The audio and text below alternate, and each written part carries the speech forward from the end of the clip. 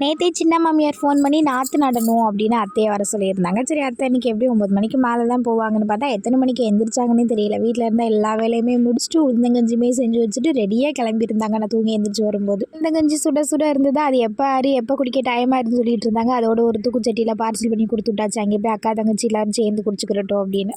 அத்தையும் மாமாவும் கிளம்பும் போது பட்டு பைப்பில் பாவமாக பார்த்துட்டு இருப்பேன். ஆனால் அம்புட்டு நடிப்பேன். எப்படா அத்தை அங்கிட்டு போவாங்கன்னு தான் இருப்பேன். ஏன்னா அத்தை போனால் தானே நடு வீட்டுக்குள்ள வந்து நடுவில் படுத்துக்கிட்டு ஃபேனில் ஹாயாக தூங்க முடியும். ஏன்னா அத்தைக்கு பட்டு கொஞ்சம் பயப்படும். இல்லை அத்தைக்கு மட்டும்தான் பட்டு பயப்படுவே, மற்ற யாருக்குமே போனால் போகாது, கம்பு எடுத்தாலும் பயப்படாது. அத்தை ஏன்னு சவுண்ட் விட்டால் தான் பயந்து ஓடும். கொஞ்ச நேரம் நம்மளோட தான் எனர்ஜியாக விளையாண்டுட்டு இருந்தது. அப்புறம் டயர்டாகிடுச்சு போல் போய் தண்ணியை குடிச்சிட்டு வந்து படுத்துருச்சு. அவ்வளோதான், இனி பட்டு பைப்பில் ஒரே தூக்கத்தில் தான் இருப்பான். அத்தை சாதம் மட்டும் அடுப்பில் போட்டிருந்தாங்க. அது மட்டும் கொஞ்சம் பதம் பார்த்து வடிச்சுக்கோ அப்படின்னு அப்படியே சாப்பாடு வடிச்சிட்டு உளுந்தங்கஞ்சி சுட சுட நானும் அப்பதான் கொஞ்சம் கொஞ்சம் ஊற்றி கொடுத்தாச்சியா. உளுந்தங்கஞ்சி ரெசிபி கேட்பீங்க. ஆல்ரெடி நிறைய ஷார்ட்ஸில் நான் சொல்லியிருக்கேன், செக் பண்ணி பாருங்கள். ஒரு குட்டி குட்டி வேலை இருந்தது, எல்லாத்தையுமே முடிச்சுட்டு ஒரு 10 மணி போல் சாப்பிட வேண்டியதான். அத்தை எனக்கு இன்றைக்கி பிடிச்ச பட்டாணி உருளைக்கிழங்கு குருமா தான் செஞ்சுருந்தாங்க, நல்லா இருந்தது. இன்றைக்கி நம்ம ஃபேமிலியில் மனோகரன் காலிஸ், முத்து வினோதா, பாண்டி கீதா, இளங்கோ வினிதா. உங்களுக்கு இனிய திருமண நாள் நல்வாழ்த்துக்கள். எல்லாருமே எப்போவுமே ஹாப்பியாக இருங்க. பாய் பாய்.